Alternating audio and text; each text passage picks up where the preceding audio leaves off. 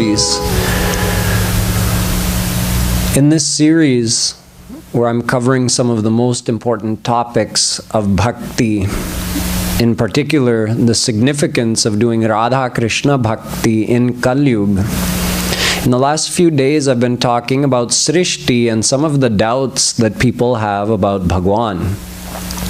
So some of the doubts that we cleared up were, for one, if God is omnipresent in this Srishti, why can't we experience Him? So I explained that He is divine and our faculties are material. Our senses, our mind, that's how we experience things, right? Body, senses, mind, all of that is material. So divine by nature is beyond material. That's the very meaning of divine. So no material thing can reach the divine, enter the divine world, or perceive anything divine, even when it's right here in front of us. So, God is omnipresent, but only those who have surrendered to God and received His grace, and with His grace gotten divine eyes, divine senses, divine mind, only those people were able to perceive God and know God.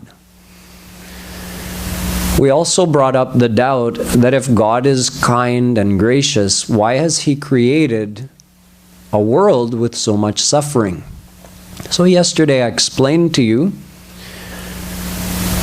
that God has not created this world out of nothing. He did not create something new. He merely manifested what was before. Because this Srishti, this creation, is an eternal cycle of Srishti and Pralay. It's not just Srishti all the time, and it's not Pralay all the time. Pralay means the destruction or dissolution of the universe. It cycles between it. God is responsible for activating the material energy, Maya, so that it takes the form of the universe. We call that Srishti. And Srishti actually means to release. Chodana, that's Srishti. So God releases Maya, and it takes the physical form of the universe, and He dissolves Maya. The universe dissolves back into a seed form, a subtle form. Just like a tree growing out of a seed and then returning back into the seed. Although trees don't do that in the world. But if a tree could do that, from its full-grown form, go backwards into its seed, that's something like what happens with the universe. It means that God has not created anything new. The Mayic energy that manifests the universe has existed since eternity, and it innately has good and bad qualities. So God didn't create good and bad. Good and bad are eternal qualities of Maya. So, God merely awakens Maya, manifests Maya in this physical form, but He doesn't give Maya its qualities. So whatever is the nature of Maya, to have some good and some bad, that's how it's always been. And the souls living in Maya get more good or more bad according to their karma. That's our own doing. Our unlimited stock of accumulated past karma, the sanchit karma, out of that, some of that we get as our prarabdha in this life, and that determines how much pleasure or suffering a person will have in this life. We'll see further ahead in the days to come that this world is neither the form of happiness nor the form of unhappiness. In other words, there substantially does not exist happiness in anything in this world, but unhappiness does not substantially exist in anything either. But that's a topic for the days to come. We also ask the question, why does God put the souls under Maya? And the answer is, He never put us here, we've always been here. Maya has existed eternally, we have existed eternally, and God is not so cruel as to take a soul from the divine world and make him suffer under Maya. No, those souls who are under the bondage of Maya have been under the bondage of Maya since eternity. God didn't put us here. When a soul becomes God realized, that's the first time he's meeting God. The very first time. So since eternity, we've been under Maya, trying to reach God. This Mayic bondage has existed since eternity, but it doesn't have to keep existing for eternity in the future. If we surrender to God, the bondage of Maya is broken for that soul who surrenders to Maya, and he becomes free from Maya, free from birth and death and all kinds of suffering, and he receives unlimited Gyan and unlimited Anand and entrance to the divine world. The last question I brought up, which we're going to take up today, is that why is it that souls are under Maya in the first place? It's another why question, another doubt we have. God is Chaitan. God is alive. Souls are also Chaitan. They're alive. Maya is Jara.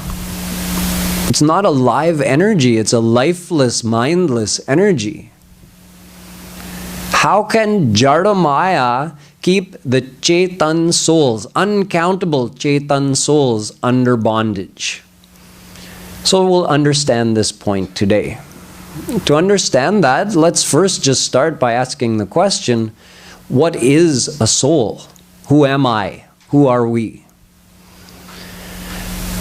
Just like when we were talking about proving the existence of God, we talked about 3 types of proof: Pratyaksh Praman, Anuman Praman, and Shabda Praman. We can use the same 3 types of proof to understand about the soul.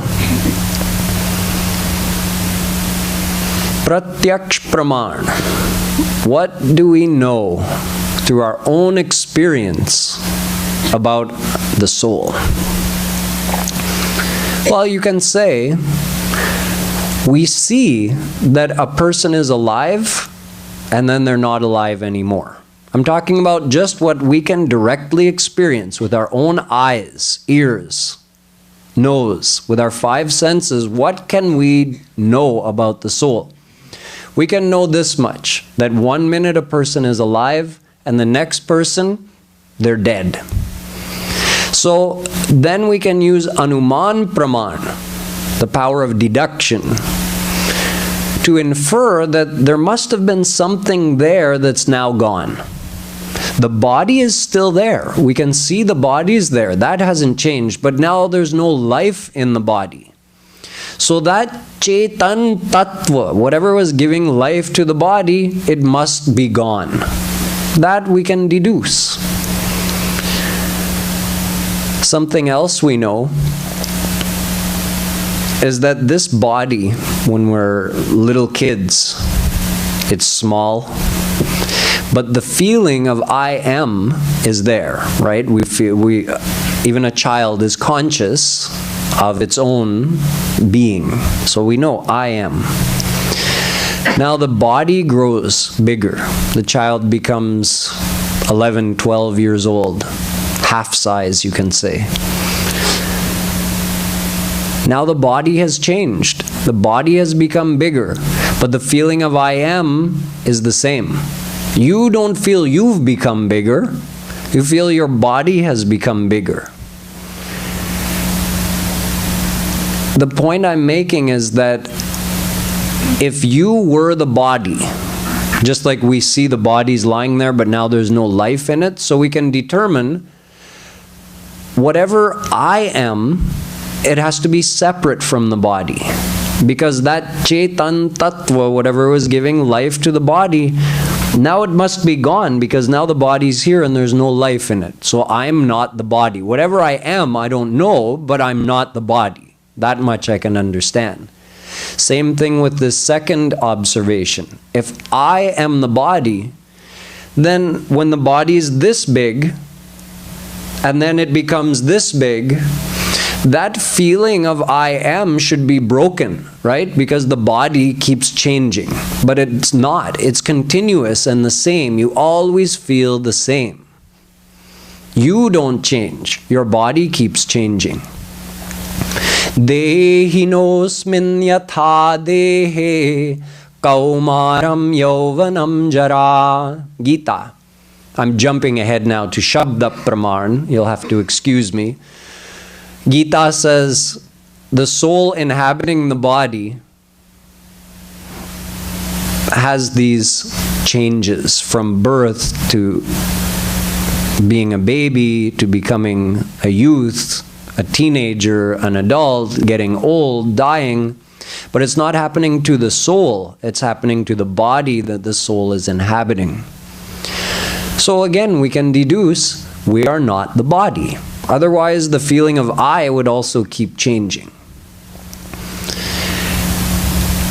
Every person exists in and keeps changing between three states of consciousness. This is also a pratyaksh praman, something we can observe.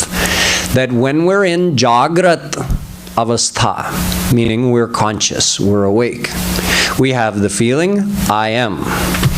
Now at that time, we're also aware of our body, our senses, our mind. So most of us, when we're conscious, that feeling of I am, how do we identify with ourselves? We actually identify with the body and the mind. We're not aware of anything deeper than that because we're not that spiritually elevated. At the level we are, when we're awake, we feel a connection with our body and our mind. Now when you go to sleep, now you're in swapna avastha. You're asleep and dreaming. In this state, your body is asleep and your senses are also inactive. You're not hearing, you're not seeing. But in your dream, you're doing everything. You're seeing, you're hearing, you're smelling, you're tasting, you're touching. How are you doing all of that? With your mind. So in Jagrat Avastha, you have body plus senses plus mind plus soul. In Swapna Avastha, body is minus, senses minus. Just the mind and soul. And what happens when you go into the third state, Sushupti Avastha? Your mind becomes totally quiet. Leen ho jata hai. And when you wake up, you get the feeling, Sukhamahama-swapsam. Oh, I slept so peacefully, so happily. But at that time when you were sleeping, your body was asleep, your senses were inactive, your mind was inactive. When you were in Sushupti Avastha, when you didn't even dream, you didn't hear anything, you didn't smell anything, you didn't touch anything, you didn't think anything, you didn't know anything. In other words, your mind, senses, body, all of that was just not a factor, not involved in your consciousness.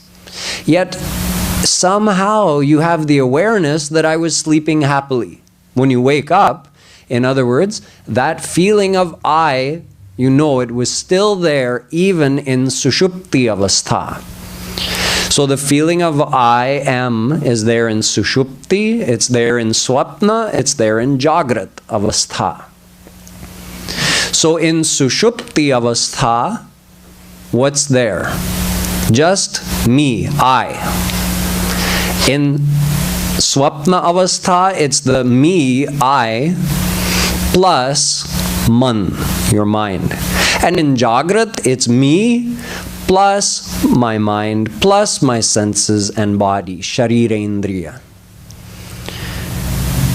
What can we deduce from this? What kind of anuman, praman can we deduce from these observations? That all these things are mine, but I am not those things, right? What is mine is not me. Me is one thing and mine is another. So my body, my senses. It means I am not the body. I am not my senses. My mind. See, even your mind went totally dormant when you were in Sushupti. But you were still there. It means you are not your mind. You are separate from your mind. So what is that thing? That we don't know. We can't know through Pratyaksh Pramana, and we can't even know through Anuman Praman. But we can know this thing. One final observation. We have been trying to enjoy the pleasures of this world, this whole life, and uncountable past lifetimes, and we've never been fully satisfied. So it means that even though our mind keeps telling us to try and enjoy the world more, and it promises us, oh, I promise today we will find happiness in this world. But you've promised me that every day that I can remember. Yes, but today it's going to happen. But we never find that perfect satisfaction. Why? Because the world is material. It's mayic. And this is proof that me, whatever that Chetan Tattva is, cannot be mayic. Because if it was, we would have found our perfect happiness in this mayic world. The very fact that we've been trying so hard and we're always disappointed is proof that I am not mayic. You are not mayic. You must be some divine tattva. That Anuman Praman we can deduce from our own observations. But we can't know much more than that. See, using Pratyaksh Praman, our own observations, our own perception, and Anuman Praman, our power of deduction, using that, we cannot know very much about the soul. We can deduce that whatever the soul is, whatever I am, it's not this body, it's not material, and it's also not my senses or my mind. That's all we can deduce. So what actually am I? We have to go to the third type of Praman, Shabda Praman. Just like we needed the help of Vedas to know anything about God, we also need the help of our Vedas and Shastras to know about our own self. Imagine, there are some who are called Pratyakshvadi. It means those who say seeing is believing. I will not have faith in God, you have to show me God. Then I will believe in God. That's Pratyakshvadi. So you ask that Pratyakshvadi, can you prove the existence of your own self using Pratyaksh Praman? No, you can't. Because you can't see yourself. You can see your body. But I just proved to you through solid logic that you are not the body. So you can see your body, you can't see yourself. You can't hear yourself. You can't taste yourself. You can't smell yourself. It means through Pratyaksh Praman, you can't even know your own self. And you're saying, if I don't have Pratyaksh Praman of God, I won't believe in God. So this Pratyaksh Praman is very limited. Shabda Praman is much more authoritative. See, even Pratyaksh Praman, you can have, you can be deluded, right? You can have an optical illusion. You think you see something, but you don't. Like you see a rope in the dark or semi-dark and you think, oh, it might be a snake. Oh no, it's not. It's just a rope. No, maybe it is a snake. I thought I saw it move. Oh no, it's just the lights that were moving from a car going by. See, with Pratyaksh Praman you can be fooled. Lawyers know that even having an eyewitness of a crime is no guarantee of a conviction, because eyewitness reports are notoriously bad. If you have 5 eyewitnesses, you'll have wildly varying reports. So this Pratyaksh Praman is very unreliable actually. And Anuman Praman is also not fully satisfactory. Shabda Praman is in fact the most authoritative evidence, Because it comes from those experts who are at an entirely different level than we are. In other words, God-realized saints. Or in the case of the Vedas, that's produced by Bhagwan himself. So they're telling us, the Vedas, the Shastras, they're telling us about those things that are beyond our perception and beyond the reach of our intellect. Not so that we can simply gain knowledge, but so that we can clear our doubts, follow the path to God, and when we get to God, then we can have the pratyaksh praman of all of this, when we get to their level. But for now, we simply need to have enough knowledge to clear our doubts, so we can have confidence in God and a desire to meet Him, hence a desire to follow the path to God. So what do our scriptures say about this May Tattva? First of all, they call it Jeev. Jeev means Jo Swayam Jeevit Rahe, number one, or Dusre Ko Jeevit Rakhe, two. Jeev means that which keeps itself alive and also gives life to another. So the other is the body. Jeev is the Sanskrit name for soul, Jivatma. So the soul is itself alive, Chetan, Jeevit. And as long as the soul is in the body is also alive. But that attribute, that Chaitanya Guna, the life quality, that is inherent in the soul, it is not inherent in the body. That's why when the soul leaves, the body is dead, the life is gone out of it. But as long as the soul is there, the body has that life in it. It's similar to, there's a fire, right? Now the fire has two main guna.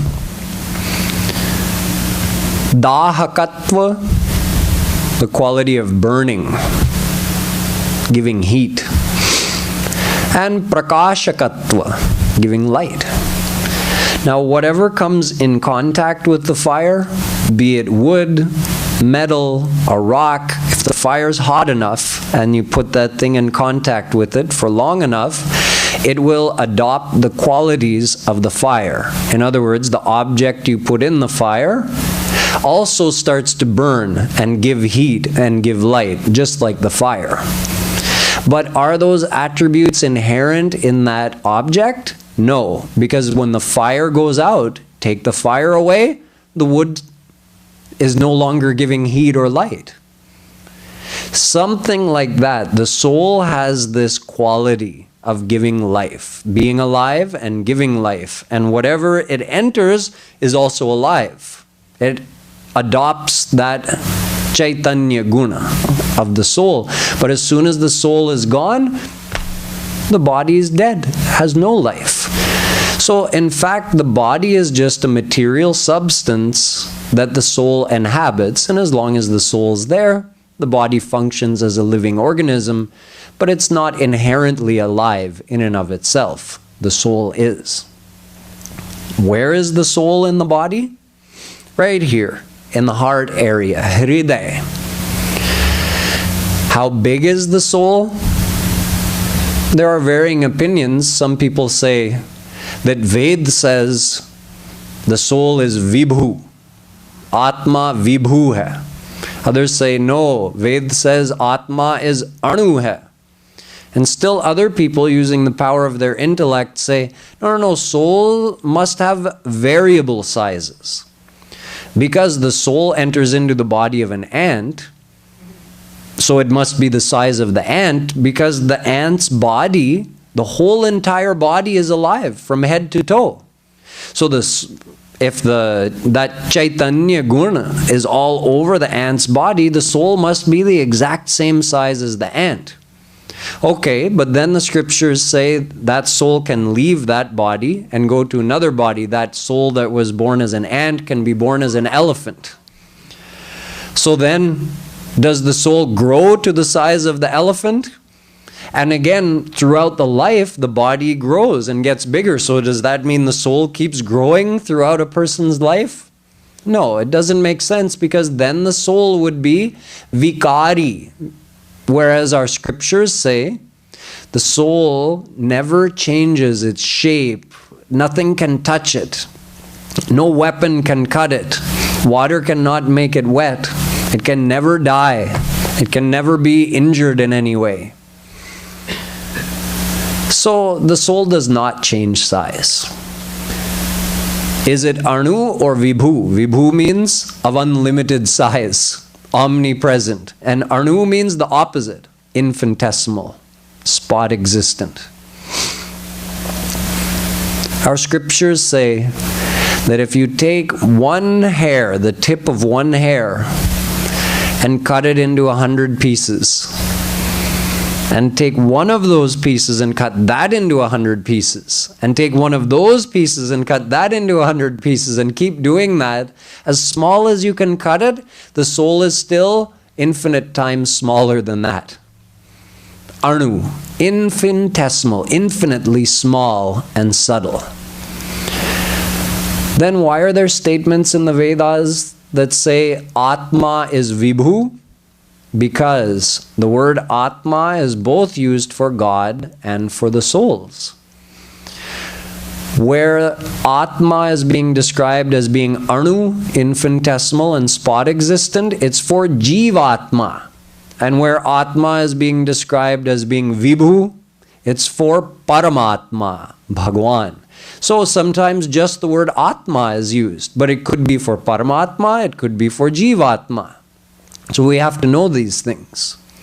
But the soul, the individual souls, all of us, who are uncountable in number, unlimited in number, we're all infinitesimal.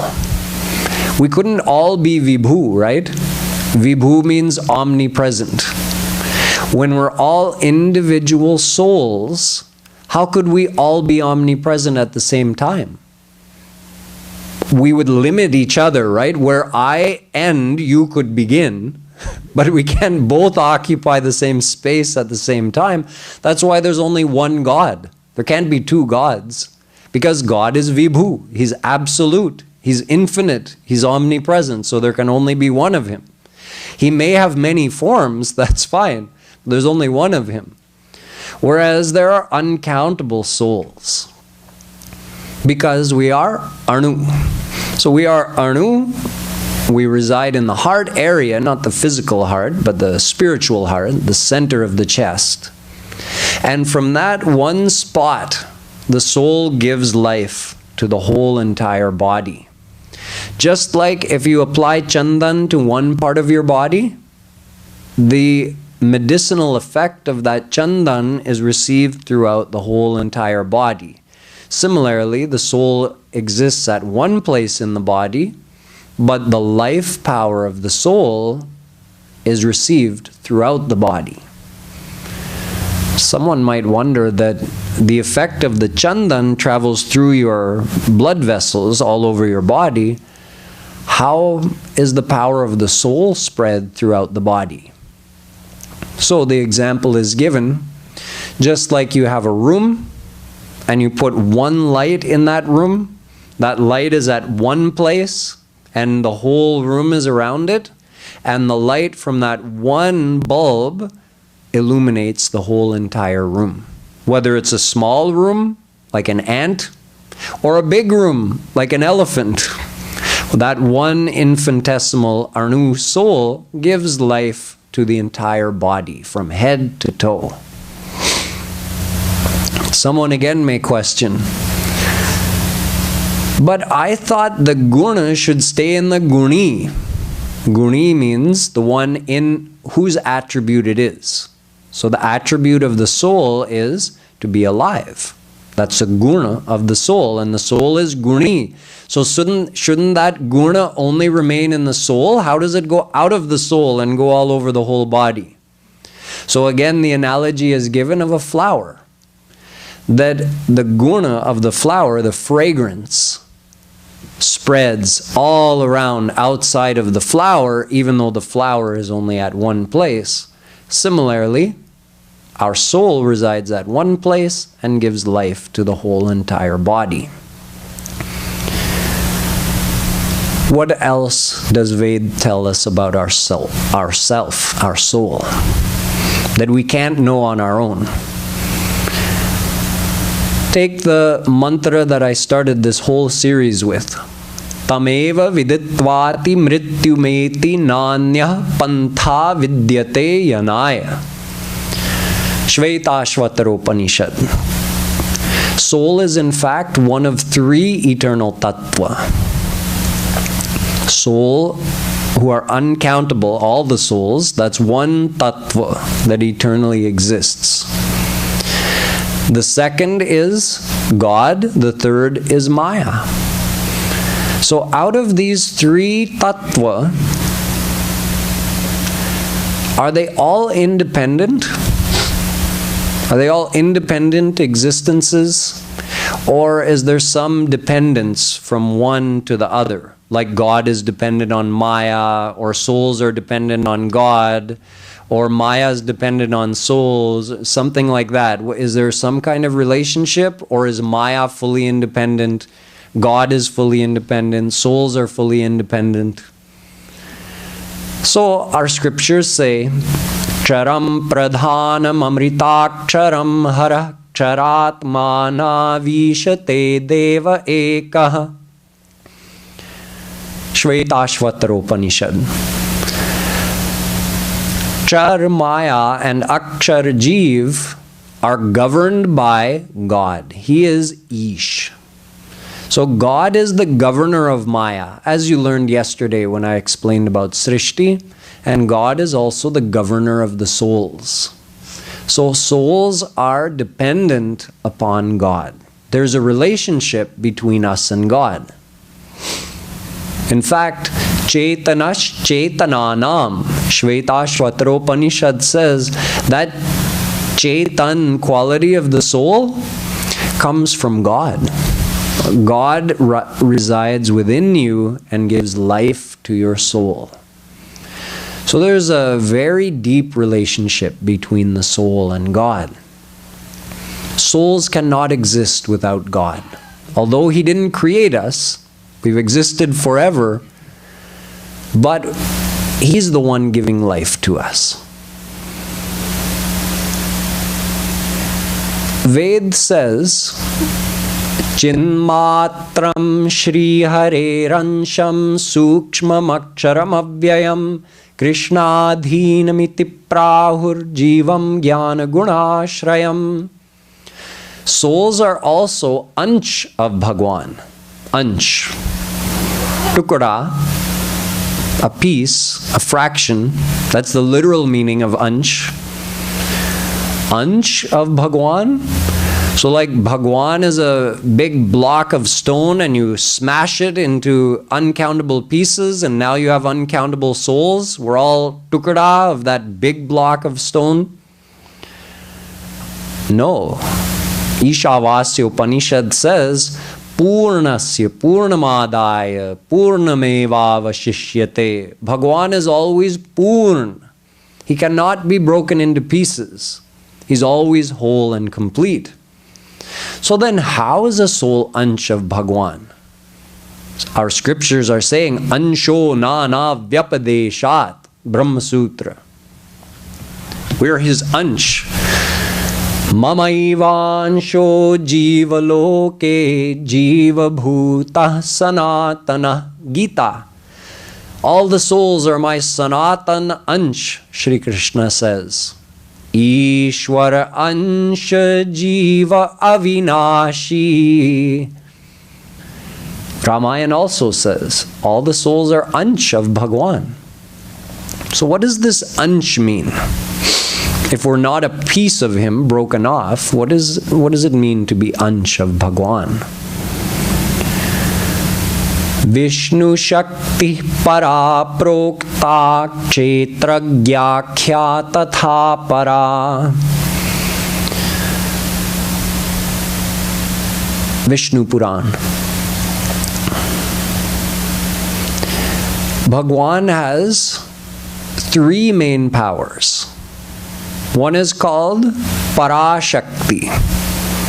One is called Jeev Shakti. One is called Maya Shakti. Parashakti means the supreme power. Jeev Shakti, the souls, and Maya Shakti, you've heard a lot about in the last couple of days, the material power. Out of these three powers, Parashakti is called Antaranga Shakti, God's personal power or internal power. Maya is called Bahiranga Shakti, God's external power. And souls are called Tatastha Shakti. Tatastha means neither here nor there. Kotava praveshat. Souls don't belong there or there. They don't reside there or there. Svakrita pure shvami shva bahiranta rasam varnam. Bhagavatam. The soul is neither a part of or an ansh of God's Swarup Shakti, Parashakti, his personal power, nor is Jeev ansh of Maya Shakti. Jeev is in between the two because it's not Antarang, it's not Bahirang. Jeev is Tatast. It means in between, marginal, like if you're on the beach. You're not in the forest, you're not in the ocean. You're on the edge, in between the two. So souls are neither part of God's Parashakti, nor are they a part of his Maya Shakti. I can see some people's eyes are starting to cross from listening to so much heavy philosophy. Just a couple more minutes of this. We'll take a little break and continue tomorrow. Let me review that we are the soul. But we cannot know ourselves on our own. We cannot know much about what is an Atma through our own observation or deduction. But through the scriptures, we can know a lot more. And the scriptures tell us that every soul is a power of God. So being an ansh of God means to be a power of God. Not a tukda of Bhagwan. We're not a piece broken off of him. We're his power. So we're not part of his personal power, nor are we part of his material power. If we were a part of Maya, we would also be Jada, lifeless, mindless. So we're not a part of Maya. If we were a part of his Swarup Shakti, Parashakti, then we would have all the power associated with that. We would also be all-powerful, all-knowing, all-blissful, like God. But we're not. So we can't be said to be a part of his Swarup Shakti. Obviously, we're not a part of his Maya Shakti. So we're a part of Jeev Shakti. Jeev Shakti is in between. Because Maya is Jad, so it's Bahirang, external. Parashakti is all-powerful. That's his internal power. We're not a part of that, but we're not Jada like Maya. We're closer to God. So we're Tatast, right next to him. But being a part of his Jeev Shakti, being an ansh of his Jeev Shakti, we are, or you can say Maya is able to have power over us. If we were a part of his Swarup Shakti, Parashakti, Maya could never touch us. Never could have, never will. But since we're a part of his Jeev Shakti, Maya can have power over us. Think of it like this. Although we're Chetan, like Bhagwan is Chetan, think of God like the sun. He's Maha Chetan. And we're Anu. We're small, infinitesimal. We're an ansh of his power. Now, the sun could never be overtaken by darkness, right? If the sun is shining in the sky, can darkness ever reign? No. If the sun is gone, then it's dark. As soon as the sun comes, darkness is gone. But, you see, this metal here, that's also shiny, right? The sun is shiny, but that's like Mahaprakash. This is shiny, but this is like a tiny ansh of that prakash. So if the sun is gone and you turn out all the lights, darkness overpowers that, because it's such an infinitesimal spark or ansh of that prakash. It has an ansh of prakash in it, but it's so tiny that darkness can overpower it. Souls are that kind of ansh of Bhagwan. Yes, we're Chaitan, but we're so tiny, we're so Anu, that if we're away from God, Maya can keep us under bondage. When did we get away from God so that Maya could keep us under bondage? It never happened. We've been under Maya forever. We've been away from God forever. Away from Him means our back is turned to Him, and we're turned towards Maya. So we have to understand that what we are cannot be blamed on God. That's the point of all of this.